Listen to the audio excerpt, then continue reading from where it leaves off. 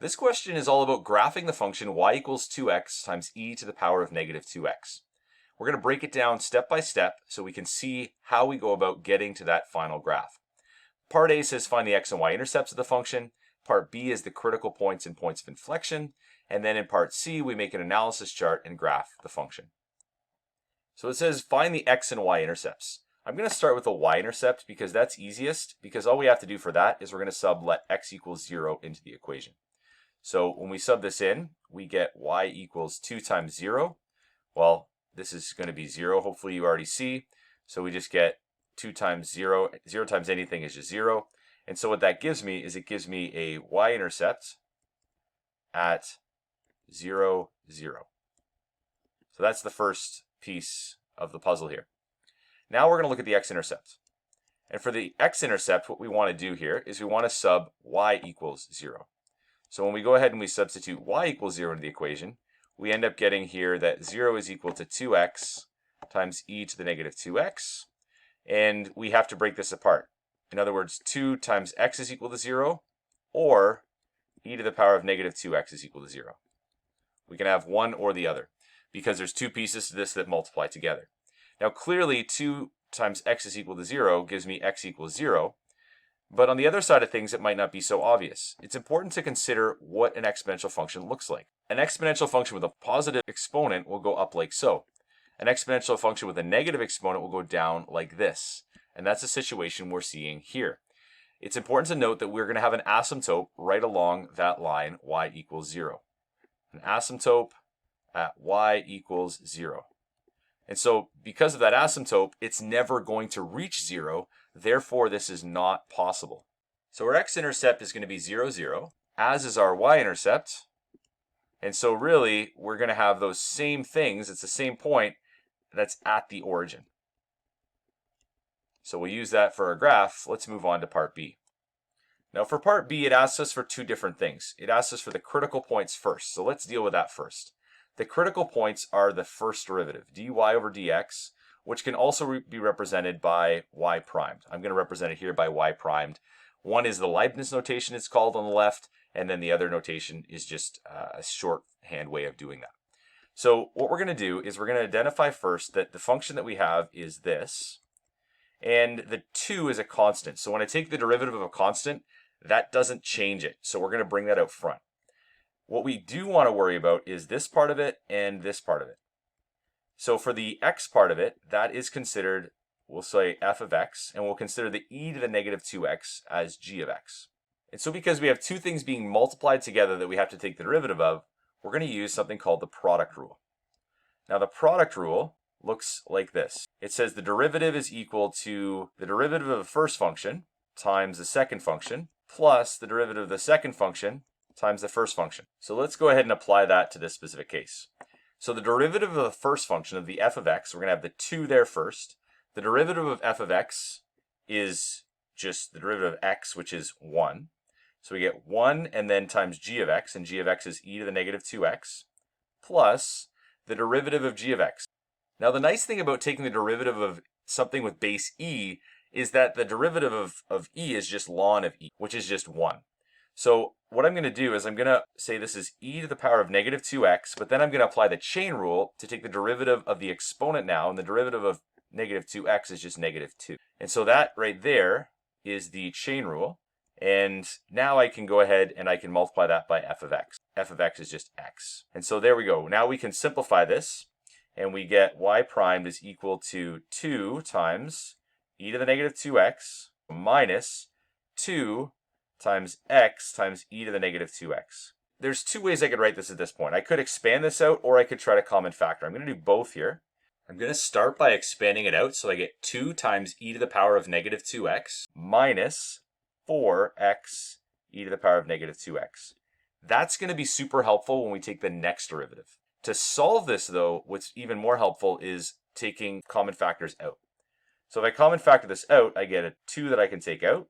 I can also take out e to the negative 2x. And what I'm left with here is I'm left with 1 minus 2x in brackets. So I just readjusted that on my screen so that we can solve the critical points better with space. So y primed, in order to solve that critical point, is equal to 0. So we say 0 is equal to 2 times e to the power of negative 2x times 1 minus 2x. Now you can see there's two factors here. There's the factor of 2 times e to the power of negative 2x, and there's the factor of 1 minus 2x. And so if I set the first factor to 0 and the second factor to 0, then I can solve for what the critical point or critical points might be. Now, as we said earlier, any exponential function to a negative exponent is going to, as it goes to the right, approach 0 from above. That's never going to reach 0. So this is not possible. So it's not going to give us any critical points. The only critical point we're going to get is from the other side here. So if I go ahead and I rearrange this, I get 2x equals 1, which means x is equal to 1/2. So my only critical point is when x is equal to 1/2. And what I want to do is I want to sub that into the original function. So I'm going to sub it into y equals 2x times e to the power of negative 2x in order to figure out the y value. That's going to give me y is equal to 2 times 1/2. So that's just going to give me 1 times e to the power of negative 2 times 1/2. And so this is actually really nice because it just gives me 1 times e to the power of 2 times 1/2 is 1, and then it's negative. So e to the power of negative 1. That's the same thing as saying 1 over e. So my critical points, only one that I have here, is going to be an x value of 1/2, and then a y value of 1 over e. And when I put that in my calculator, I can get it simplified. So I have an actual number that I can use. So I have about 0.5 and then 0.368. And there is our critical point. So we can use that after we find the inflection point. For the inflection point, that's going to take the second derivative. What I'm going to do is I can take it from this step or this step. In general, the best way to take it would be from this step right here. And the reason for that is because if I go ahead and I common factor things out, if I have 3 factors, I don't have a rule that can differentiate that. But by not factoring it yet, you're generally only going to have 2 things multiplied together, and you can go piece by piece applying the product rule or quotient rule as needed. So let's do it according to the orange box there. And I'm going to take the second derivative. So I'm going to recognize here that this is like my f of x function, and this is like my g of x function. And I'm going to apply everything similarly to how I did before. And in fact, it is the same thing as before, isn't it? It's the f of x is x and the g of x is e to the power of negative 2x. So when I take the second derivative for the point of inflection, what I'm going to do is I'm going to say, okay, I want the derivative of 2 times e to the power of negative 2x. So 2 times e to the power of negative 2x. And then I take the derivative of the exponent, which is just negative 2. And there was no other factor there because the base was e. Taking the derivative of the e part of it was ln of e, which just gave me 1. Now what I'm going to do is I'm going to subtract 4, and I have the same derivative as I had before, but I could apply the product rule again. But for the sake of just space and time here, I don't need to do the same thing I've already done before. So what we had when we took x times e to the power of negative 2x, when we took the derivative of that, was that answer right there. So I'm just going to write this e to the power of negative 2x minus 2x times e to the power of negative 2x. So keep in mind our goal for these points of inflection. What we want to do is we want to go ahead and simplify this as much as possible. In order to do that, I'm going to start by expanding this out. And when I expand this out, then I'm going to hopefully get some like terms and then be able to collect them and then factor things out. So let's go ahead and do that. So I get 2 times negative 2, which gives me negative 4 times e to the power of negative 2x. And then minus 4 times e to the power of negative 2x. And then plus 8 times x times e to the power of negative 2x. And you can now see that we have some like terms here. And so we can get negative 8 times e to the power of negative 2x plus 8x times e to the power of negative 2x. And hopefully you can see that there's a nice factor that I can take out here. I can take out a factor of negative 8. I can take out a factor of e to the power of negative 2x. And what I'm left with in the brackets is just going to be 1 minus x. 1 minus x. Now, for the same reason we had before, when we set this equal to 0 to solve the critical points, the negative 8 times e to the negative 2x is equal to 0, or the 1 minus x is equal to 0. Now, this is not possible for the same reason as before. Go back earlier in the video if you need to see that any base to a negative exponent is never going to be 0.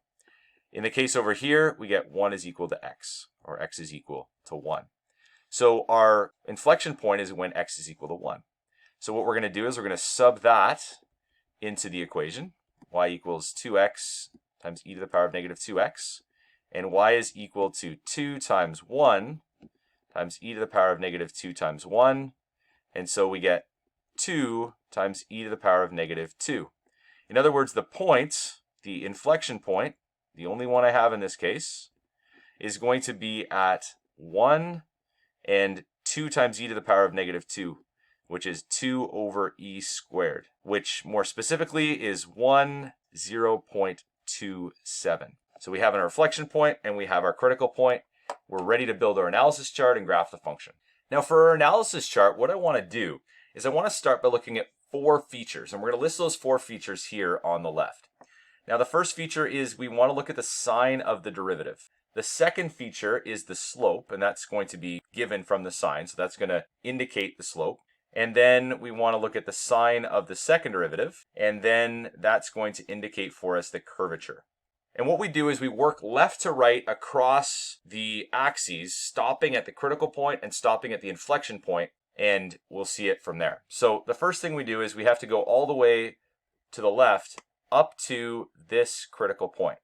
So we're going to have a critical point at x equals 0.5, and then we're going to have anything to the left of that, which is when it's less than 0.5. And then you can see that we stop again at x equals 1. And so we're going to go from 0.5, so x is greater than 0.5 or less than 1. We could then say when x is equal to 1, that's our inflection point. And then anything to the right of 1 is going to be no inflection points or critical points. So x is greater than 1. So in terms of the signs, we know that for a critical point, the sign is not going to be positive or negative. In other words, the slope is 0 at a critical point. And for an inflection point, that's going to have to do with the second derivative.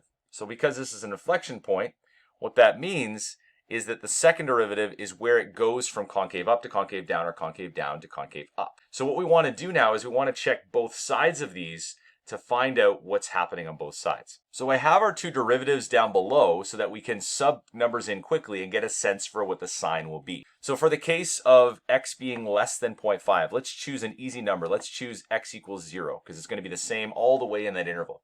So if x equals 0, if I look at my first derivative, if I sub 0 into that first derivative, e to the power of 0 is just going to be a positive number. So this piece of it here would be positive. 2 times e to the power of 0 would still be positive. So this is going to be a positive times, if I look at the other piece of this, if I substitute 0 in there, I get 1 minus 0, which is another positive.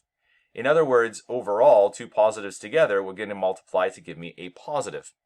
Now, a positive first derivative means that the slope is upwards. And so we have that. Now, I'm going to continue with this first derivative now. I'm going to go across the row instead of down the column right now. And when I look at another value here, let's go between 0.5 and 1. So let's look at x equals 0.75. Again, we don't have to sub these in and get an exact number. We just need to get a sense for what the sign is. So if I have x equals 0.75, if I substitute that in here, what I would get is e to the power of negative 2 times 0.75. So e to the power of any negative value, anything in general, will always be positive. So e to the power of negative 1.5 will be positive. And then if I put 0.75 in here, I'm going to subtract a bigger number than 1. And so that's going to give me a negative. So a positive times a negative gives me negative. And that means that the slope is going to be down in that segment. Now at x equals 1, that's an inflection point. And so I can recognize that what's happening during that time is it's still going to be a positive times a negative for the same reason as before, that this is always positive. And then this piece of it, if I substitute 1 in, is going to be a negative. So this is still negative at that point, which means the slope is still down. And then for any x value that gets even bigger, that's now going to be still the same. It's going to be a positive times a negative, which is going to give me a negative. The key is that we're always going to have the same sign for the first derivative on one side of the inflection point and the opposite sign on the other side of the inflection point. So we don't really need to check the other two when x equals 1 and x is greater than 1 for the slope and the y prime sign, the first derivative sign, because they're going to be the same on that side of the critical point. But that's how you do it in general, just so you see that process. So this is going to give me a negative slope.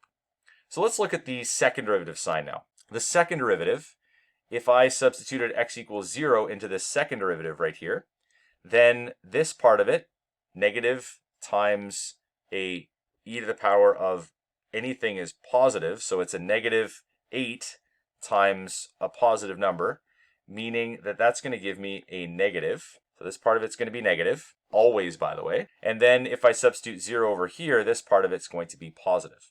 So negative times a positive means that it's going to be a negative. And if it's negative, the second derivative, that means the curvature is down. Think about it, if you're down, you're negative, just in general and how you feel.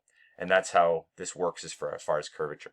Now that's going to be the same all the way up to the inflection point, but we could do that same thing if you substitute x equals 0.5. You'd see it's a negative times a positive, which would give you a negative. And then same thing again, if you put in 0.75, for example, a negative times a positive would give you negative. So it's a curvature that's always down all the way up to that inflection point. It's going to stay the same until we hit that inflection point. At the inflection point, what we see is it's going to open down, curving down, and then what it's going to do is it's going to start opening up. And we can kind of anticipate that, but let's check it still to make sure the math works here. So that first factor is always negative, and then the 1 minus x, let's say when x equals 2, for example, we get 1 minus 2, and that's also going to be negative. And so a negative times a negative makes it a positive, which means that it's going to open up. And so it went from opening down to opening up. So now we can put all this together on our graph. Now I've set a scale here that's slightly different on the y and x axis, and that's mainly because the y values are not very big. And so I wanted to zoom in on that y axis a little bit. So let's go ahead and graph the points we know. We had the x and y intercepts from the part A in the question that were both at the origin. And then we have a critical point at 0.5 and 0.368. So 0.5 and 0.368 is somewhere around here. That's our critical point, 0.5 and 0.368, which means, as we said, that the slope goes from up to down, so that's going to be a max at that point. And then we have our inflection point at 1 and 0.27. So 1 and 0.27, our inflection point is right there. And at that point, it's going to go from opening down to opening up. And so you can put all this together now, and we can say, well, what's going to happen is, because it's a maximum there, and then it goes from opening down to opening up, it's going to look something like that. So the last thing we want to consider is something called end behavior. And the end behavior is looking at very large positive and negative numbers. So for example, if I took my original function and I subbed in x equals 100, I end up getting y equals 2 times 100. I'm taking my original function, subbing this in, e to the power of negative 2 times 100.